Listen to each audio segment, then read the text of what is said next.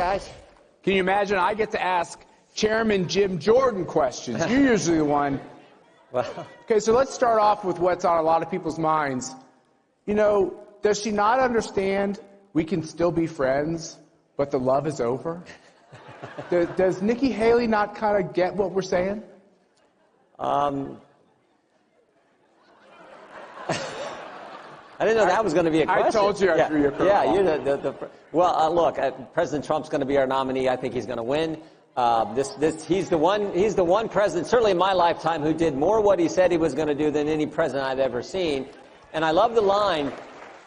When we talk about the weaponization of government, just look at President Trump and the escalation that the left and the government have taken to going after this guy. I mean, it started with the spying on his campaign, then it was the Mueller investigation, then it was impeachment, then it was a raid on his home, then it was the 14th Amendment. It's 4 different, 2 state cases, the 2 federal cases, all the indictments. It's gotten ridiculous, but he has a great line, and you've all heard him say it. He says, they're coming after me because I'm fighting for you. And that is so true, and that's why I so appreciate President Trump. So, yeah, let's get behind President Trump and let's win this thing on, huh? Yeah. He actually changed it. When we were out in Iowa, he changed it. We were at this nice rally he did when it was like minus 20 degrees out there, and he still had people showing up to hear him. But he changed the line. He said, they're coming after my freedom because I'm fighting for yours. And I told him, I like that even better because it is so true, so accurate, what we see with the federal government, these agencies, what they're doing to we the people. And he is fighting for us. And so let's get behind him and make sure he wins in November. I'm not sure if Jimmy Kimmel understood what the title of this conversation is. What you talking about, Willis? Fani Willis. Did she get back to you today? Yeah, we subpoenaed her. Not yet. I just talked to our staff. Wait, is she supposed to get back to you today? Yeah, she's supposed to get documents to us. Well, did you hear from her boyfriend? We haven't. So I was talking about this in the office, and I said Fani Wade, and it was like a Freudian slip, like Fani Willis and Nathan Wade. So, no, we haven't heard back from her yet. We'll see what we get from her. But there's a whistleblower in her office who we have talked to, the committee staff. Yeah, and she, the whistleblower, I think she's like 4'11", but Fani Willis had 7 police escort her out when she fired this lady, because this lady raised the concern that Miss Willis was not spending federal funds and not following the grant, the rules of the grant and the grant dollars in the appropriate manner. So she raised this concern, and then Fani Willis fired her. She's now talking with our office, and we'll see where that goes. And that's why we subpoenaed for records and documents related to this. We'll see what we get. There's still a few hours left in today. She also was interesting. She, instead of accepting service on the subpoena, she made us send the U.S. Marshals. Even though our office had talked with her office, we've had correspondence back and forth, she made the U.S. Marshals take the subpoena there. So go figure. This is Fani Willis, and we all saw her, I think, her attitude on display when she took the stand I thought it was a skit, but I think it actually was real life. It was real. We sent out a tweet that said, we didn't invite Fani Willis to CPAC, but there is a Fani sandwich with a chaser of Grey Goose vodka if you have enough cash, ready cash in your pocket. Yeah, the comedy routine from Mr. Slap coming out today. That's awesome. It's been a long year, Jim. Well, but we appreciate what you do. We appreciate what CPAC has meant for conservative principles for a long, long time. Thank you. It means a lot. So do they. You're a hero to a lot of us for a lot of reasons, but you have a 100% rating in our scorecard. You've had, as you have now, in positions of importance, big titles, just always do the right thing. And you always vote right. Well, how come you don't wander off and get this kind of Potomac fever like everyone else gets? I mean, you're being kind. Is it because you're not a senator? Well, there's lots of good senators, too. I appreciate that. Look, I say this all the time. You probably all heard me say it. I think we make the job way too complicated. You're a member of Congress, you're in public office. It's really, your objective is really pretty basic. What'd you tell the voters you were going to do when you put your name on the ballot and you ran for the office? If they, in fact, elect you, go do what you said. Go fight for the things you told them you were going to. That's how this compact works between the elected officials and the people we get the privilege of representing. And I try to remember that when I think about the people in West Central, North Central Ohio, and the 4th District. Anybody here from Ohio? There we go. By the way, the room looks pretty full. Yeah. The room looks pretty full. I wonder why. Wonder why. I think you're liked. You know, Mercy, who's sitting over there, worked for President Trump in the White House, and Mercy and I worked in the Bush White House together. That's a whole other story. But the White House counsel is one of the most important jobs in that White House. By the way, whenever you're the White House counsel, if you work for a Republican, everyone knows who you are. There's stories constantly about all the legal turmoil about every Republican president. I don't know if people realize that Joe Biden has a White House counsel. He's pretty much anonymous. I've never read stories about him. I'm reading that his office is coordinating and meeting at least with Fani Willis, with her then boyfriend, meeting with the folks who are going after Trump President Trump in New York. Shouldn't we know who this is? And why is he getting away with what I view as, this is me, not you, as an American citizen? It looks like there's a lot of coordination from the White House on running cover on Hunter Biden and Biden Incorporated and the attack, this persecution on President Trump. Well, Nathan Wade, the guy from Fani Willis's office, he's supposedly had contact with the White House counsel's office, with the White House, with the Justice Department, with the January 6th committee, all that going on. It looks shouldn't they be running an independent Well, you would think. Now, I'm sure he's entitled to some of that information, but we want to know how this is all played out, particularly when you think about the fact they're going after their political opponent and the history I just talked about that started clear back in 15 and 16 when they started spying on his campaign. By the way, based on a confidential human source who we now know lied to him, nothing seems to happen to Christopher Steele. I'm sure the audience remembers that name. Now we have this confidential human source who Christopher Wray told us, filled out this 1023 form the FBI did, Christopher Wray told us that this guy, we can't give you the 1023 form. This guy has been a 14-year confidential human source. We've paid him. He's respected. We don't want to risk his safety. And now they arrest the guy, not once but twice. I don't know. Maybe the guy did lie. But it sure is quite a contrast for Christopher Steele can give false information about President Trump, and he continues to get paid. This guy, this Mr. Smirnoff, can give false information. What they've said is false information, and he gets arrested. Double standard again. I might just be slow on the go, but I don't think I'm just going to fall for the next Russian collusion immediately. I'd probably wait for proof. 2016, it was Trump-Russia. Of course, Mueller told us that didn't happen. 2020, it was, the laptops of Russian information op. 51 former Intel officials signed that statement. Turned out to be baloney, and now here we go again, round 3. Maybe it's a case, but sure seems strange to me. What's going to happen with Hunter? Well, he testifies next week in our deposition, so we'll have some questions for him. We continue to dig into our work. One thing that I would say for sure is, I say this all the time, there are 4 fundamental facts that will never change. Fact number 1, Hunter Biden gets put on the board of Burisma, gets paid $1 million a year. But he is an energy expert. You have to give him that. Right? Fact number... He has a lot of energy. You beat me to the punch on fact number 2. Fact number 2, he's not qualified. He said so himself in an interview, I think, with ABC News. Fact number 3, Hunter Biden meeting with the CEOs of Burisma. They asked him, can you weigh in and help relieve the pressure we are under from the prosecutor in Ukraine? He calls D.C., he calls his father, according to his business partner, Devin Archer, when we deposed him. Fact number 4, 3 days after that phone call, Joe Biden goes to Ukraine, conditions the release of our tax dollars, your tax dollars, on the firing of that prosecutor. That went against, by the way. Those 4 facts are... Joe Biden bragged about the last thing. He bragged about doing that.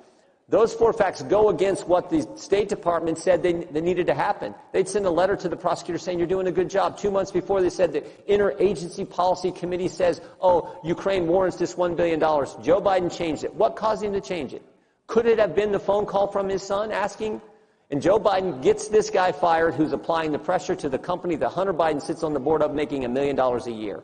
That's not supposed to be how things operate, but those facts are fundamental. So regardless of what the Democrats say about this confidential human source, those facts don't change. I just want to go back to the previous question and say the White House counsel is Ed Siskel. I'm not accusing him of doing anything wrong, but I do think there's a lot of wrongdoing associated with the attempt to imprison Joe Biden's general election opponent. And I think we ought to know who the man is. I think we ought to answer some questions. And I want to know why the Biden administration and the Biden White House doesn't recuse itself from questions concerning their own campaign. It seems like a very basic thing, and I think that the people of CPAC, let's start asking questions about Ed Siskel. You agree?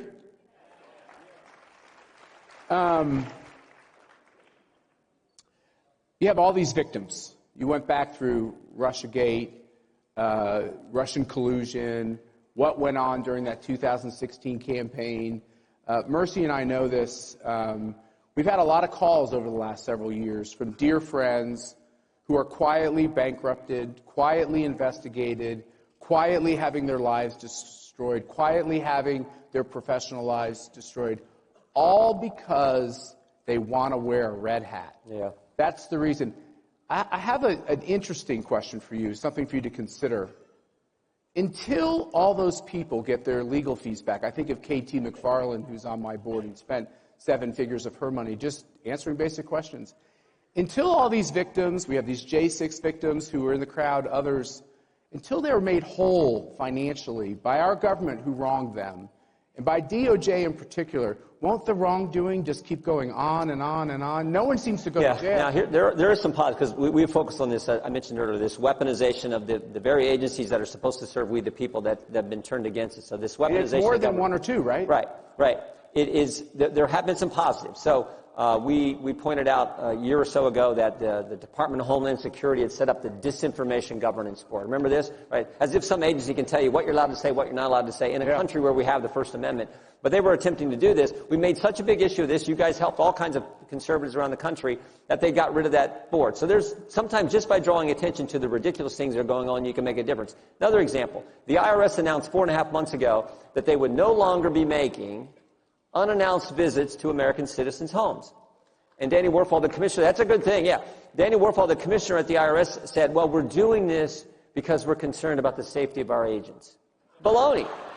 Baloney, they're doing it because we caught them knocking on Matt Taibbi's door at the very moment he was testifying in front of the Select Committee on the weaponization of government. Now, you can't make this up. He's testifying, talking about, and Democrats are asking about to reveal his sources, attacking First Amendment free press rights. While he's explaining to them why you can't do that in this country, why he didn't have to divulge his sources, the IRS agent was knocking on it. It turned out they actually owed him money. It wasn't the other way around. Go figure. So sometimes just by highlighting these things, you can have an impact. We just got to keep it up. And then we're also going to be focused on legislation, particularly where the government is involved in censoring American speech. You have a cause of action. So we got legislation that Mr. Bishop and Ms. Hageman are going to introduce on the Judiciary Committee that we think will help address this situation. By the way, that is the most important thing. All this other crazy stuff that the left has done, we can recover from it all. But if they take away our First Amendment liberties, I always tell folks, we have 5 rights under the First Amendment. Your right to practice your faith, your right to assemble like we're doing today, your right to petition your government, free press, free speech. All critically important, but the most important is your right to talk. Because if you can't speak, you can't practice your faith, you can't share your faith, you can't petition your government, and you don't have a free press. And that is what they're going after. And so we are really focused on that more than anything else. So, God bless you for that. So back when I was had a little more brown hair, I did have brown hair at one point, by the way. And I worked on the Hill. President Clinton, and it was really Hillary, let's face it, she corruptly fired the travel office because she didn't like what they were doing. And the Republican majority came back and made those people whole. They gave them back their pensions. They helped them with their legal fees. What CPAC, I think, would like to do is partner with the good guys like you to make sure, not more spending, but DOJ has a lot of little slush funds over there, and they don't always go to good causes. I just think we should have some more funds over at DOJ that go after, if the United States government goes after you for years, uses every penny of your savings, or you have to hire all these expensive lawyers and go through all that process. You get down to the end, and they give you a parking ticket, I think you deserve to be made whole. Well said, well said. Yeah. Finally, talk about these First Amendment freedoms. By the way, freedom of the press is not the first one. Sorry, guys in the back, but they always think it's the first one. But it's a very important one. Sure is. Catherine Herridge, what is going on? Well, we're trying to dig into this, but what happened here looks really, really wrong in my judgment, because they've grabbed everything. So this is her sources, her information. And that is just does not happen when you're talking about the press. We're talking about what CBS, just as this breaking story, CBS fired Catherine Herridge, who, by the way, has done an amazing job, an amazing journalist, fair journalist,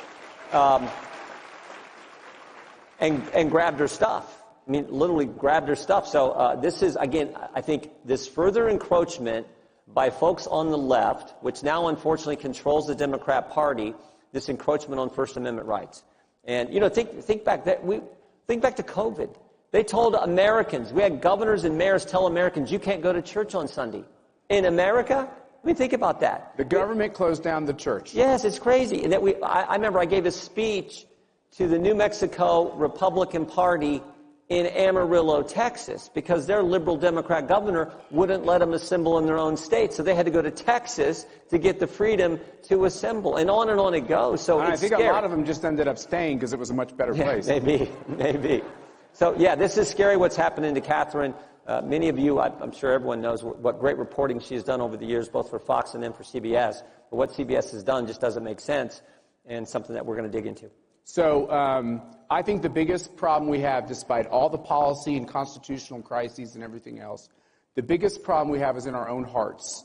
A lot of people are giving up. They're saying we've lost so much ground. We've already lost the Constitution. They cheat in elections. We can't win elections. It's too late. We believe at CPAC one of our biggest jobs is to wake those people up and make them understand this in November is the fight for the future of America. Well, what is your inspirational message to those folks who might have given up? The people. I mean, the left controls big media. The left controls big tech. The left controls big corporations. The left controls big sports. The left controls academia. The left controls Hollywood. The left controls the bureaucracy, which is crazy. The left now controls the United States Senate, and they control the White House. But the left doesn't control we the people. Amen. And that is always what this country is about. And that's why you guys are here. We remember that. And remember, there's a guy at the top of the ticket who has... You mean the really big guy, or...? I mean President Trump, who's going to be at the top of the ticket, who cares about that First Amendment, cares about this great country, and is just as positive as you can be in spite of everything that's happened to him. You know him. I've gotten a chance to know this guy. But he is such an amazing guy who loves this country, loves regular people like folks in this room, and is willing to go fight for us because he cares about the greatest nation ever. Are we going to win? We are. Yeah. I think that's a great way to end it. Thank you, Jim Jordan. Thank you. Thank you all. God bless. Good to see you all.